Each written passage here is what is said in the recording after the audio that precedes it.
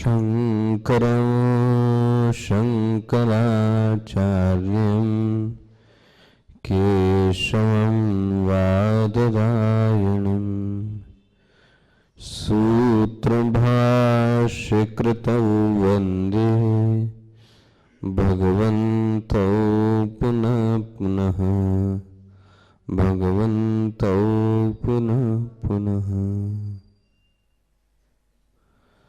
नमः श्री शंकरानंद गुरु पादाम्बुजन्मने सविलास महामोह ग्राहग्रासैककर्मणे तत्पादाम्बुजरूहद्वन्द्व सेवा निर्मलचेतसां सुखबोधाय तत्त्वस्य विवेकोऽयं विधीयते विवेकोऽयं विधीयते। 53वें श्लोक से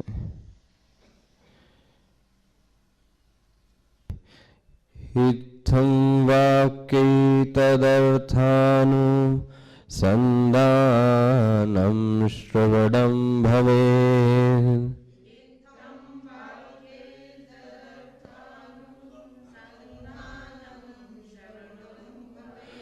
युक्तया सम्भावितत्वानुसन्धानं मननं तु यत्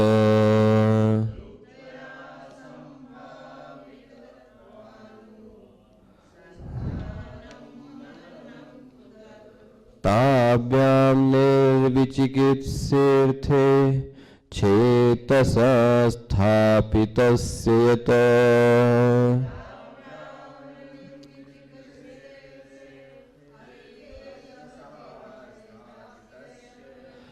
एकतानत्वमेतद्धि निदिध्यासनमुच्यते।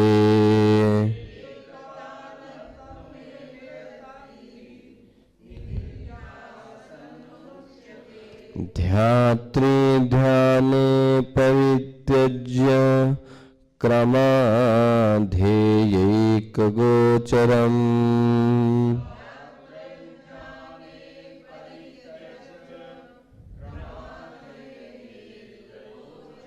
ध्यात्रे ध्याने परित्यज्य क्रमाध्येयैकगोचरम्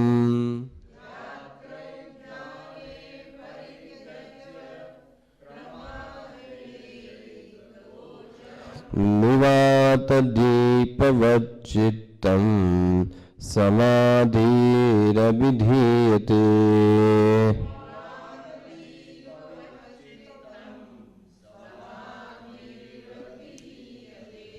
वृत्तयस्तु तदानीम् अज्ञाताध्यात्मगोचराः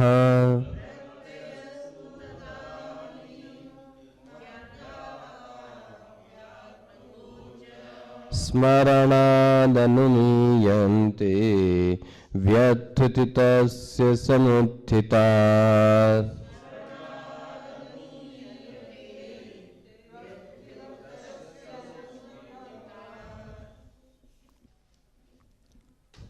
श्रवण की परिभाषा दी गई। वाक्यों का अनुसंधान करना। बोले कौन से वाक्यों का? बोले महावाक्यों के अर्थ का अनुसंधान करना श्रवण कहलाता है। ध्यान से समझ लेना। ये महावाक्यों का अनुसंधान करना श्रवण कहलाता है। दूसरी परिभाषा मैंने दी थी, तात्पर्य अवधारणम इति श्रवणम। किसी भी बात के तात्पर्य को ग्रहण करना यही श्रवण कहलाता है। तीसरी बात, रामचरितमानस की दृष्टि से मैंने बोला मन बुद्धि चित्त लाई। यह तीन चीजें जब मिलती हैं तब व्यक्ति का क्या बनता है? श्रवण। मेरे ख्याल से इतना काफी है आपको मटेरियल। मन बुद्धि चित्त के संयोग से जब श्रोता सुनता है तो उसको क्या बोलते हैं? श्रवण। तो बोलिए, आप जब रेडियो सुनते हो तो कोई चित्त तो नहीं लाते ना, सुन रहे हैं तो सुन रहे हैं। इसलिए कई लोगों की आप बात भी सुनते हो ऑफिस में, घर में, लेकिन आप कोई चित्त लाकर सुनते तो इसलिए उसको श्रवण नहीं कहा जा सकता। तो देखना, इत्थम मतलब इस प्रकार। बोले किस प्रकार? बोले अभी तक जैसा तुमने पढ़ा। किसके बारे में? महावाक्य ही। वाक्य ही मतलब महावाक्य। तद अर्थ, देखो जी, ये मत करना आप। क्या चीज? अहम ब्रह्मास्मि तत्त्वमसि तत्त्वमसि। नहीं नहीं नहीं नहीं नहीं नहीं, ये नहीं चलेगा। तदर्थ, तद अर्थ, वह जो महावाक्य है उसके अर्थ का। टॉपिक बड़ा हो जाएगा, इसलिए मैं कई बार लोग मंत्र भी जो करते हैं, मंत्र का फल तब तक नहीं मिलता अच्छी तरीके से जब तक कि आप उस मंत्र के अर्थ को जान न ले। मैं नहीं कहता हूं कि नहीं मिलता है, मिलता है, लेकिन मंत्र के अर्थ का भी ज्ञान होना। जैसे आपने बोला ओम नमः शिवाय, तो यदि देखो जब ऐसे होता है, कैसे?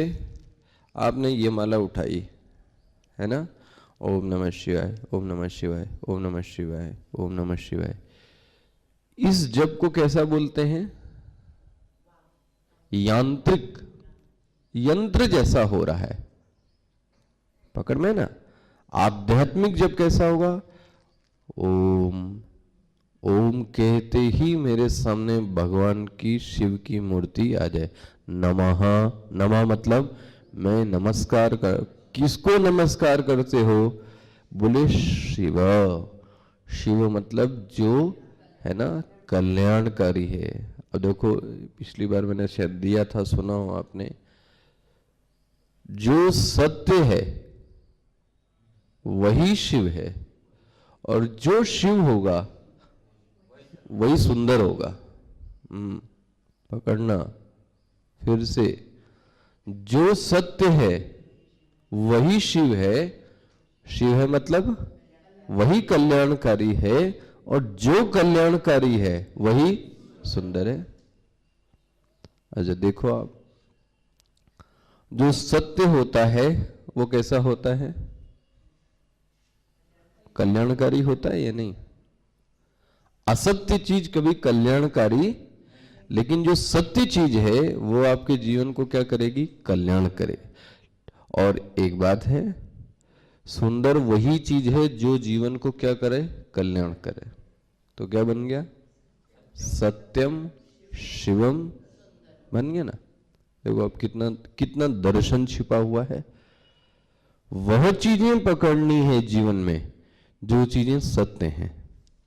इसका मतलब असत्य हमारे जीवन से चला गया। शिवम, शिव मतलब वह चीजें पकड़नी है जो चीजें हमारे जीवन के लिए कल्याणकारी हों, जो जीवन को नाश करती हों, बाधा पहुंचाती हों, अशांति करती हों, उन चीज को क्या कर देना है? त्याग। और बोले ऐसा जीवन कैसा है? सुंदर। तो अब देखो, आप जरा जप करो, आप ओम नमः शिवाय। अब आपके सामने क्या हो गया? एक तस्वीर आ गई पूरी। शिव जी की तो आई ही आई, लेकिन शिव जी के साथ शिव जी का जो अर्थ है वह आना प्रमुख चीज है। बना कि नहीं बना? इसलिए स्वामी अखंडानंद जी ने साधना में लिखा कि एक माला भी होना बहुत बड़ी बात है। 5 माला तो दूर की बात, लेकिन एक माला कैसे होना, पूरी कैसी, ओम नमः शिवाय। और उसकी उन्होंने तो बहुत सुंदर व्याख्या, उन्होंने कहा अच्छा जब तब है जब एक मनके से दूसरे मनके में जाने में 15-20 मिनट का समय लग जाए, हो ही नहीं पाए, क्योंकि 1 और 2 और 3 और 4 में ही क्या लग गई, समाधि खत्म, तो जब का तो काम ही नहीं रहा। वरना तो आप घुमाते रहो, पकड़ में है ना। तो घुमाना नहीं है, हमें उस मंत्र के अर्थ को देखना है ना। तो यह याद रखना, वेदांत में भी शब्द नहीं, शब्द के पीछे कहे गए अर्थ को, इसलिए क्या बुलाया, तद अर्थानुसंधानम, न कि शब्दानुसंधानम। देखा ना, शब्दानुसंधानम नहीं कहा गया है, क्या बोला गया है।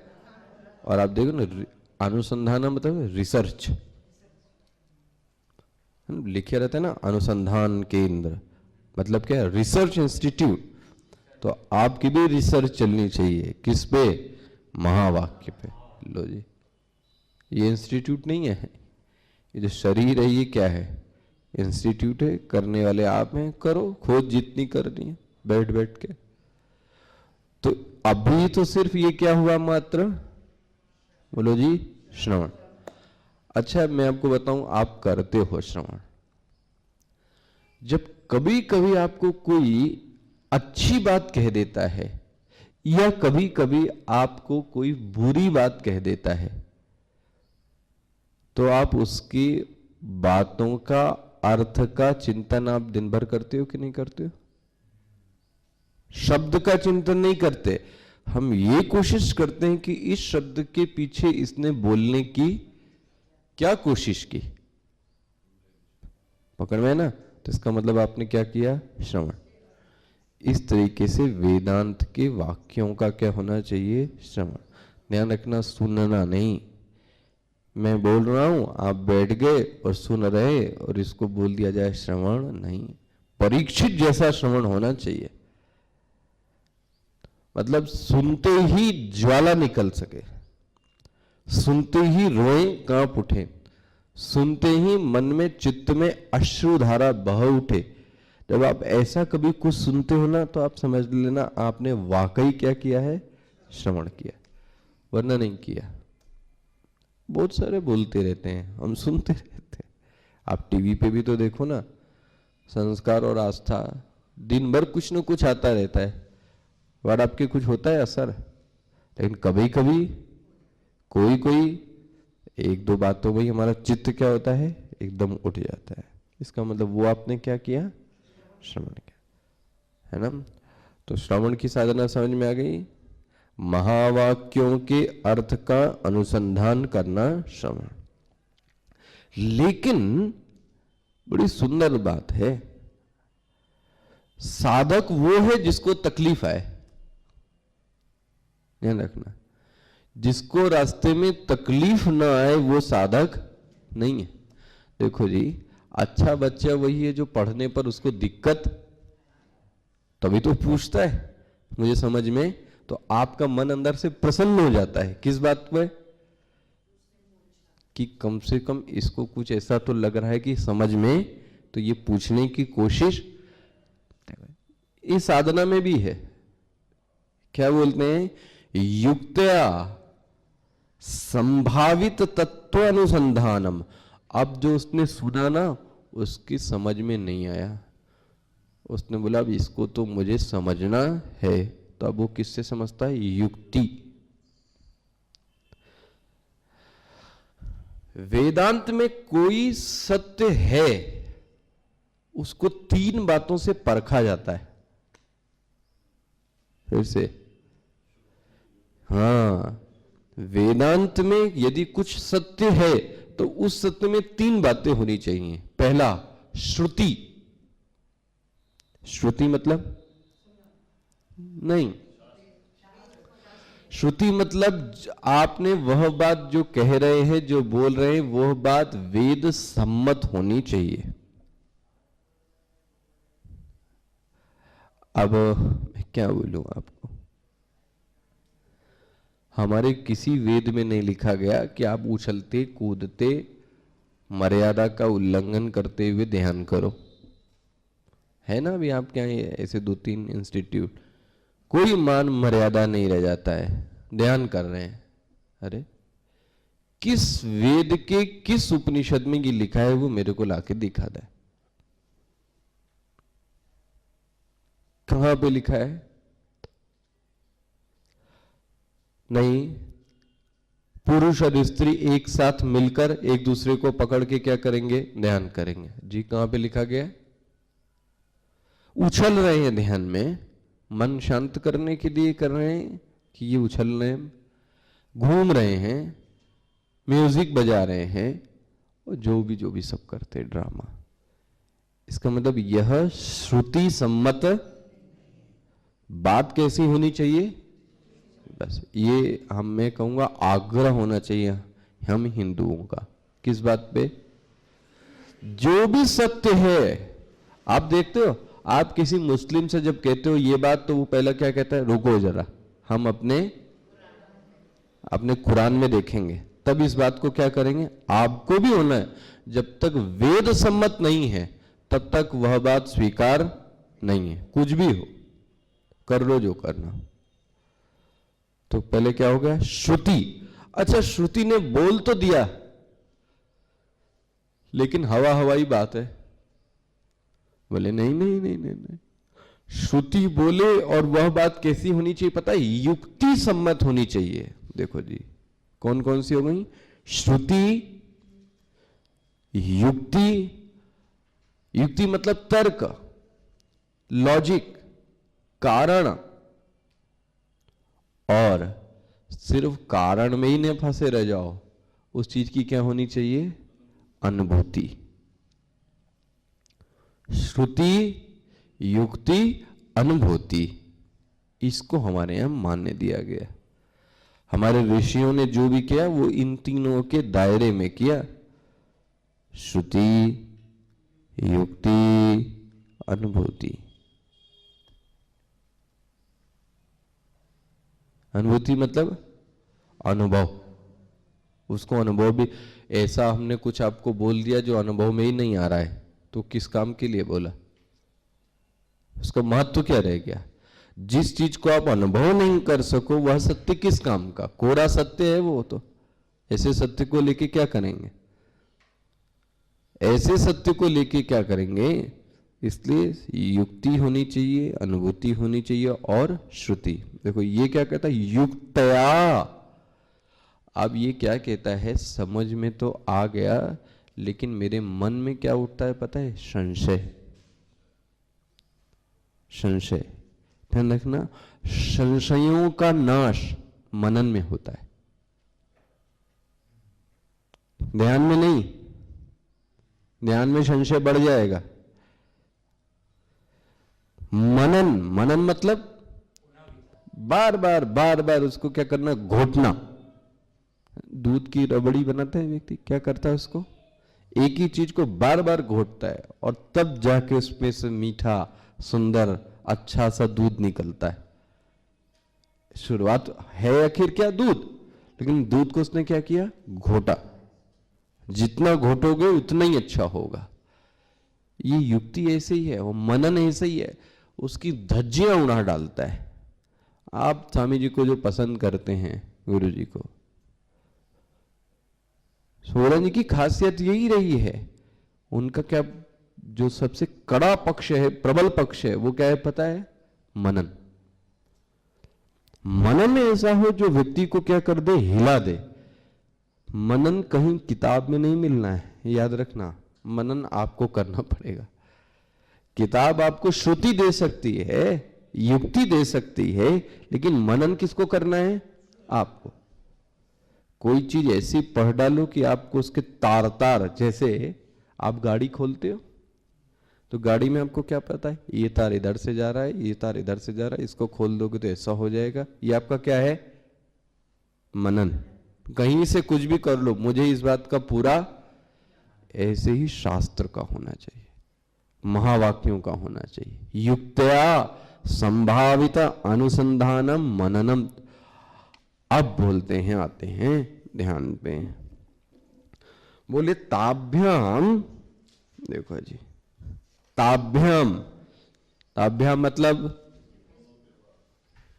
ताभ्याम मतलब नहीं, हाँ दोनों से, किन दोनों से, श्रवण। अब क्या हो गया, निर्विचिकित्से अर्थे। विचिकित्सा मतलब संशय, शक, बीमारी। बोले निर्विचिकित्से, अब क्या हो गया, संशय, हाँ जी, चला गया।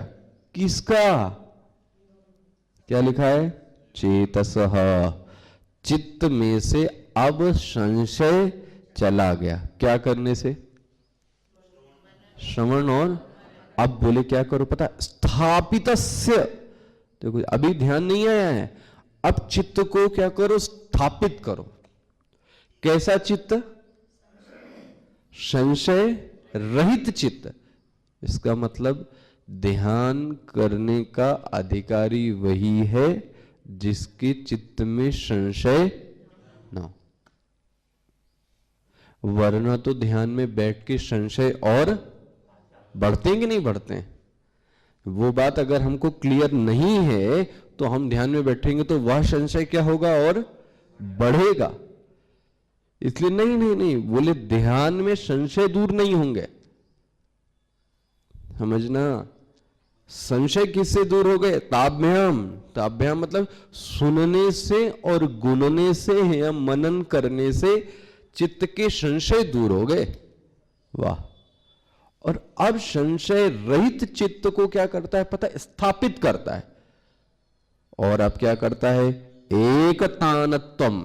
एक तानत्वम मतलब अब सजातीय वृत्ति प्रवाह। सजातीय वृत्ति प्रवाह मतलब एक रस की वृत्तियां क्या होने लगती हैं, बहने लगती। जैसे आप एक जप कर रहे हो, ओम नमः शिवाय, ओम नमः शिवाय, ओम नमः शिवाय। अब इस वृत्ति में कोई और वृत्ति नहीं आ रही है। पहला, यह बोलते हुए आपका ध्यान शिव पर जा रहा है। वहां उठने पर भी किसी प्रश्न का उदय, क्योंकि सभी संशय पहले से ही क्या कर लिए। अब बोले आपका क्या लग गया, ये ध्यान। एक तानत्वम, सजाती वृत्ति प्रवाह, एक रस चित्त में बैठना चाहिए, हिलोरे मारना चाहिए चित्त। एक रस और ये सजाती एक तानता के पहले दो स्थितियां आई हैं, याद रखना विशेष करके।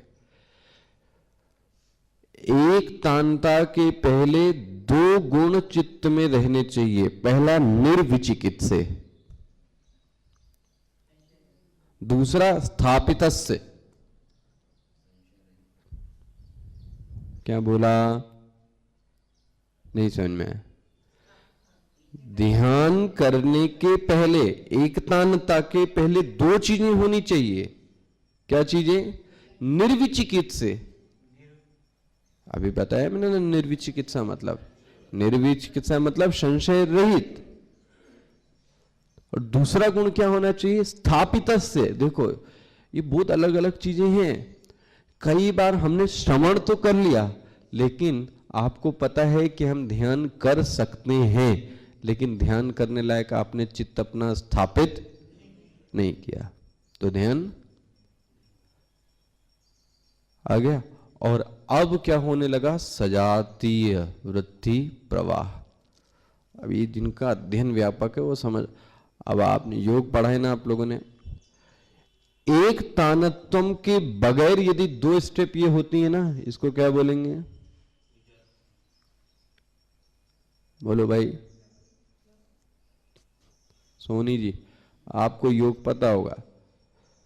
एक तान के पहले मतलब निर्विचिकित्से की स्थिति आ गई, स्थापितस्य की स्थिति आ गई, इसको क्या बोलेंगे?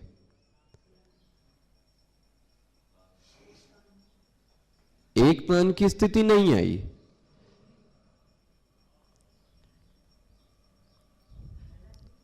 हाँ, धारणा के बाद क्या आता है? ये स्थिति सिर्फ धारणा है, याद रखना, ध्यान नहीं हुआ है अभी। योग में पढ़ा है आपने ना, ध्यान धारणा समाधि, देखो वो बहुत क्रम से है। धारणा, अब एक तान आ गया तो ध्यान, और एक तान बढ़ गया तो समाधि। देखो कितने स्टेप स्टेप से चल रहे हैं। निर्विचिकित्से स्थापितस्य, दो का संयोग हो गया तो बोले धारणा बन गई अब आपकी। धारणा मतलब अब चित्त क्या हो गया पता है? स्थापित हो गया है। अभी कुछ हो नहीं रहा है, काम नहीं चालू हुआ है, लेकिन काम के लिए पूरा तैयार हो गया, रेडी कि अब मैं ध्यान करने के लिए सब कुछ। लेकिन इसके पहले बहुत सारी स्थितियां, नियम पढ़ा है ना, यम, नियम, प्राणायाम, ध्यान, धारणा, और ये पातंजलि योग सूत्र पढ़ा आपने ना, तो यम तो छोड़ दो, यम तो बाहर के लिए है, नियम से स्टार्ट होता है। नियम में क्या क्या आएगा? और नियम में क्या क्या आएगा? नियम में आना है आपका रहना, खाना, पीना, सोना, जागना, ध्यान रख लो। फिर से यही चीज ध्यान को बनाने वाली है। फिर से ध्यान रखना, इसलिए इन्होंने पहले ही क्या ला दिया? नियम, फिर लाए धारणा, फिर क्या लाए? ध्यान, और फिर क्या लाए? समाधि। नियम का पालन, नियम मतलब रूल नहीं, वहां नियम मतलब सब ऐच्छिक हैं। जैसे यम, शौच, संतोष आया था ना, ये पढ़ा आपने। लेकिन यहां नियम में क्या समझना? जो आपसे संबंधित व्यवहार है वो बहुत सुंदर होना चाहिए, बहुत ही सुंदर होना चाहिए। जितना सुंदर व्यवहार होगा ना, मैं बताऊं आपका ध्यान उतना ही अच्छा लगेगा। और अच्छा व्यवहार के लिए क्या है पता है? कम बोलो, बोलो ही नहीं तो झगड़ा होगा नहीं, संशय भी उत्पन्न, वाद विवाद उत्पन्न। तो ध्यान और धारणा के लिए साधक को घर में रहते हुए ही एक आश्रम की स्थापना कर लेनी। समझना जरा मैं क्या औचित्य कह रहा हूं। देखो ये सबके लिए नहीं है, मैं पहले बताऊं, ये ध्यान की साधना सबके लिए, ये उसको है जिसको कुछ विशेष चीज चाहिए। उस विशेष चीज के लिए उसको घर नहीं छोड़ना है, घर में रहकर ऐसा महात्म्य, ऐसा साधु, ऐसा दिवंत आदमी, व्यक्ति बन जाना है कि व्यक्ति आपको देखे और कहे ये रहते हुए भी व्यक्ति नहीं रहता है। मतलब इसके रहने से कुछ होता ही नहीं है, होता ही नहीं मतलब घर में कुछ ऐसा होता ही नहीं है। आश्रम में देखो, कई लोग आश्रम में आते हैं, उनके आने से कुछ आश्रम में फर्क, जैसे सब चल रहा है, कोई लोग आते हैं उससे सब जो नियम है सब क्या होते हैं? टूटने लगते हैं। यहां टूटा, वहां टूटा, मैं भी भाग रहा हूं, इधर उधर भाग रहा हूं। लेकिन कई लोग हैं कि आए अपना काम दाम कर रहे हैं सब, और मैं अपने इसको, वो व्यक्ति अनुकूल है, वह व्यक्ति अनुकूल है। ऐसे आप घर में अनुकूल बनने की कोशिश करो, उसके लिए नहीं, वो बेवकूफ है जो समझ रहा है मेरे लिए अनुकूल है, उसके लिए नहीं, किसके लिए? अपने लिए। क्योंकि यदि मैं ध्यान करने बैठूं तो मुझे किसी का, हाँ, इनमें किसी का ध्यान मेरे ऊपर, वो तभी हो सकता है जब हमने इसकी तैयारी पहले से, जैसे अभी हमें पूजा करनी है तो उसकी तैयारी पहले से ही, भाई फूल भी पहले से ही होने चाहिए, चंदन घिसा होना चाहिए, नैवेद्य निकला होना चाहिए, राम जरे में पानी होना चाहिए, अभिषेक के लिए सब सामान तैयार होना, तभी तो हो सकती पूजा। क्योंकि तैयारी आपकी ध्यान में जाने के पहले, तैयारी महत्वपूर्ण है, ना कि ध्यान में बैठना।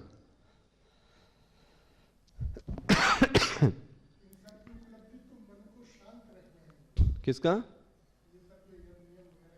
मन में कोई राग, द्वेष, काम, क्रोध, संशय इनका कोई है ही नहीं। आप देखो कभी कभी आपका मन हमारा ऐसा होता है, लेकिन वो तब होगा जब आपकी पूजा अच्छी होती है, आपका व्यवहार अच्छा है। देखो आप और ध्यान करने आप बैठ जाओ जरा, और आपको ईश्वर भी इसमें मदद करता है। मैंने देखा वो अनुकूल बना देता है, ऐसे जाओ ध्यान करो। लोग और मदद करते हैं, मैंने देखा आप और करो। मैंने देखा अगर पूजा पाठ में आप करने लगो तो आपको सामान वहीं से आने लगता है। कहाँ से? पूजन पाठ का है। लो जी अभिषेक करना है, लो जी दूध लो, आंकड़े लो, सेंट लो, सब लो, करो अभिषेक। क्योंकि आपके मन में क्या है करने की, तो ईश्वर भी क्या करता है, लो चालू तो करो। लेकिन मन में ही नहीं है, हमने तैयारी नहीं ठीक की है, तो फिर ईश्वर भी हमें वो जो मदद देता है वो क्या करता है, ग्रांटेड जो बोलता है ना, वो ग्रांट भी क्या कर देता है, वो रोक देता है। फिर से देखना, ध्यान के पहली स्थिति आनी चाहिए धारणा की। धारणा का अर्थ चित्त में कोई संशय न रह जाए और चित्त समाहित हो जाए। अभी क्या किया ये नहीं किया, इसने याद रखना। चित्त कैसा हो गया, जैसे आप खाए पिए और एकदम काम करने के लिए कुर्सी पर बैठ गए, बट अभी आपको ये नहीं पता है कि मुझे काम क्या करना है, मतलब कहां पे साइन करना ये नहीं पता, लेकिन आप कुर्सी पर बैठ गए। इसको बोलते हैं धारणा हो गई, मतलब अब आप तैयार हो गए, रेडी फॉर वर्क। क्लियर हुआ ना। और अब कहते हैं एक तानत्वम। अब एक तान देखो चलता है, सजाती वृत्ति प्रवाह चालू होता है, और इसी को बोलते हैं निदिध्यासन। क्या बोलेंगे लोग? ध्यान को ध्यान शब्द नहीं बोलते वेद में, ध्यान में क्या बोलते हैं, निदिध्यासन। देखो ये जो ध्यान शब्द है, आप जरा शब्दकोश पढ़ना, ध्यान शब्द बना ध्येय चिंतायाम। जो ध्यान शब्द है ना, इसकी जो धातु है वो क्या है पता है, ध्येय। कौन सी? ध्येय। ध्येय मतलब चिंतायाम। ध्यान रखना, चित्त की वृत्तियों को रोकना नहीं है, चित्त की वृत्तियों से चिंतन करना है। किसमें? ध्यान में। लेकिन चिंतन किसका? वृत्ति का नहीं, ध्येय का। आ गया ना, ध्येय का। अब क्या त्रिपुटी बन गई? आप क्या कहलाओगे? ध्याता। ठीक है, किसका चिंतन कर रहे हो? ध्येय का। और ध्याता और ध्येय के बीच की जो कड़ी है उसको क्या बोलते हैं? ध्यान। बन गया ना, ध्याता, ध्येय और ध्यान। आप बच्चे से कहते हो ध्यान दो जरा मेरे ऊपर, बच्चे से भी तो कहते हैं ना, जरा आप ध्यान से पढ़ो। अच्छा ध्यान से पढ़े मतलब क्या है? ध्यान दो, मैं आपसे बोल ध्यान दो मतलब क्या? मतलब वो सामर्थ्य आपके पास है, तभी तो क्या कहा जा रहा है। बच्चे से भी आप क्या बोलते हो? ध्यान दो। ध्यान दो मतलब अपनी मन बुद्धि और चित्त को थोड़ा क्या करो, जरा एकाग्र कर लो। ये तुम्हारे पास है, पागल के नहीं बोलते आप जाके ध्यान दो। बच्चे से क्या ध्यान दो, तो ध्यान एक शक्ति, एक सामर्थ्य का नाम है एक्चुअली में, जो आपको क्या कर लेती है, बांध देती है एक जगह से। इसलिए आप बच्चों से भी व्यवहार में बोलते जरा ध्यान से सुनिए। ध्यान से सुनिए मतलब ना, मन बुद्धि चित्त लाके जरा क्या कहने जा रहा हूं उसको सुनो। आप पत्नी और पति से क्या बोल, मैं जो कह रहा हूं उसको ध्यान से सुनो। ध्यान से सुनो मतलब जो तुम्हारे पास सामर्थ्य है उसको यहां पे ले आओ, और ले आके क्या करो, सुनो। तो ये स्वामी जी भी कह रहे, ध्यान की सामर्थ्य प्रत्येक जीव के पास है। भगवान ने जिसको भी बना के भेजा है उसके पास ध्यान की सामर्थ्य दे दी। पकड़ में आ रहा है ना?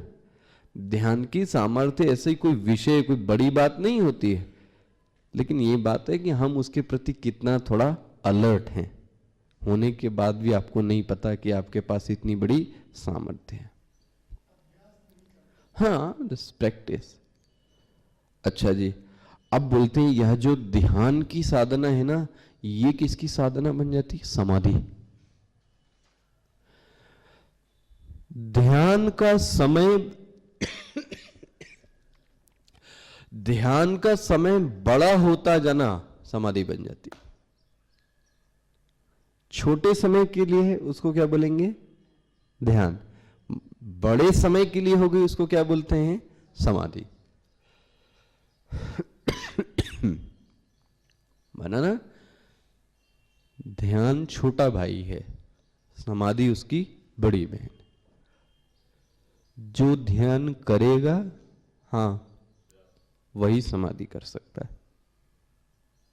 ध्यान करने के लिए व्यक्ति को प्रतिदिन अभ्यास करना चाहिए। प्रतिदिन छिपा के करो ध्यान, ऐसा करो किसी को पता ना हो, पता ना लगने पाए, और जुटे रहो।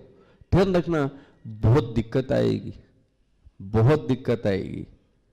ध्यान के समय में ऐसी ऐसी वृत्तियां आपको नोचने और खाने के लिए तैयार हो जाती हैं, जिनसे आप डरते हो, लेकिन वो जानबूझ के डराने आती हैं कि तुम जरा क्या हो जाओ, पता है, कठोर बनो, प्रबल बनो। और ऐसा आप अगर डेली उनको देखते रहे, डेली, तो वो वृत्तियां भी क्या हो जाएंगी? भाग जाएंगी कुछ दिन में। लेकिन अगर आप बीच में से उड़ गए तो वो वृत्तियां क्या समझती, पता है? ये कमजोर है, देखो ये भागा, इसका मतलब इसको मैं क्या कर सकता हूं? पकड़ सकती हूं, क्योंकि मेरे आने पर ये क्या हो गया? विचलित हो गया। इसका मतलब मैं ज्यादा प्रभावी हूं, ये ज्यादा प्रभावी, बस, तो उनको तो बल मिल गया। कुछ भी लो, लेकिन वहां से उठना, मतलब उनसे, उनके डर के कारण नहीं उठना है।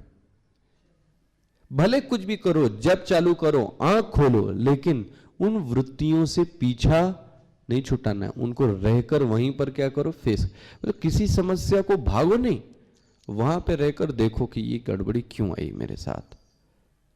और ये वृत्ति आप घबराना नहीं, ये क्या है पता है? आपके पुराने जन्म के जो संस्कार हैं, जो क्षय नहीं हो पाए, वो किस रूप में दिखते हैं? वृत्ति के रूप। अब ऐसा कोई व्यक्ति नहीं है, देखो, झूठ अगर कोई बोलता है तो झूठ बोलता है। हर व्यक्ति के ध्यान के समय में पुराने संस्कारों का उदय होता है, ध्यान रखना। कोई साधक ऐसा नहीं है। शंकराचार्य जी भी बैठेंगे, उनके भी पुराने संस्कार उनके सामने आएंगे।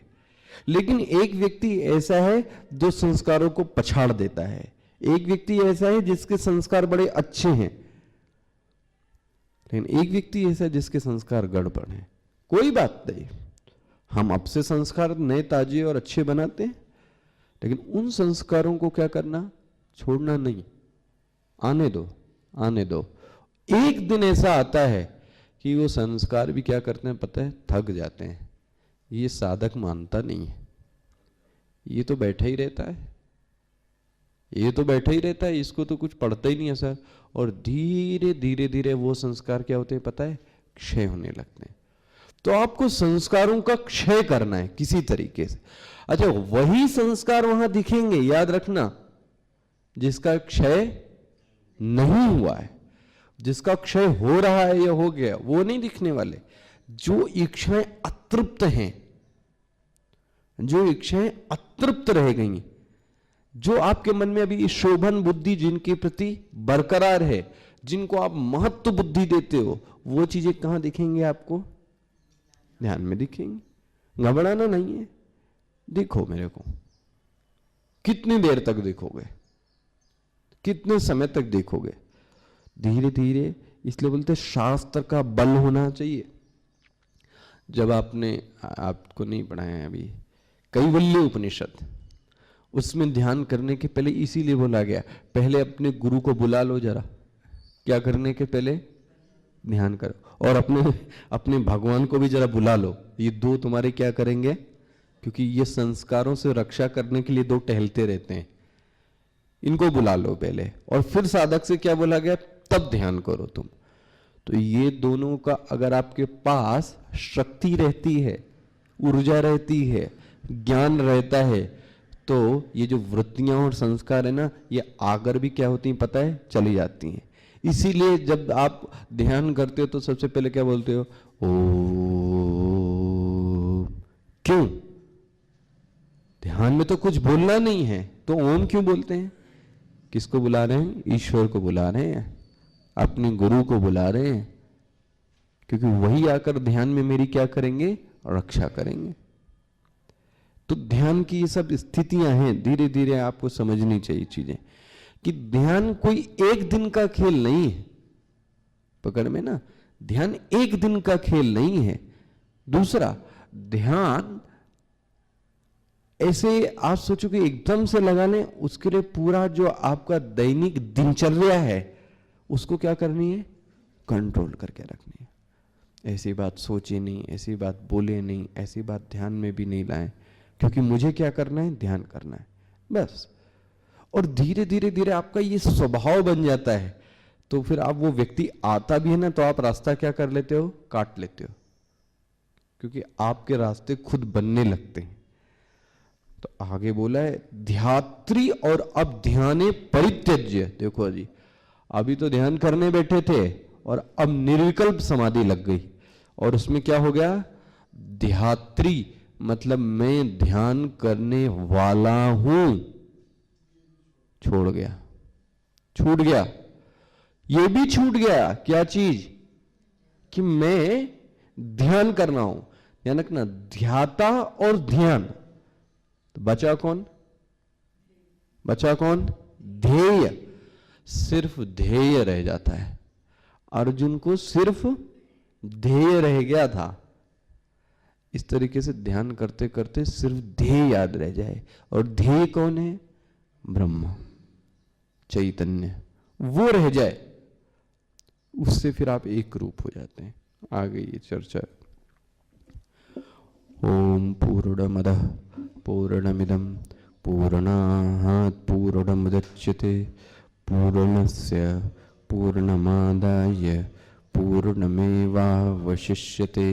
ओम शांति शांति शांति। हरि ओम श्री गुरुभ्यो नमः। हरि ओम।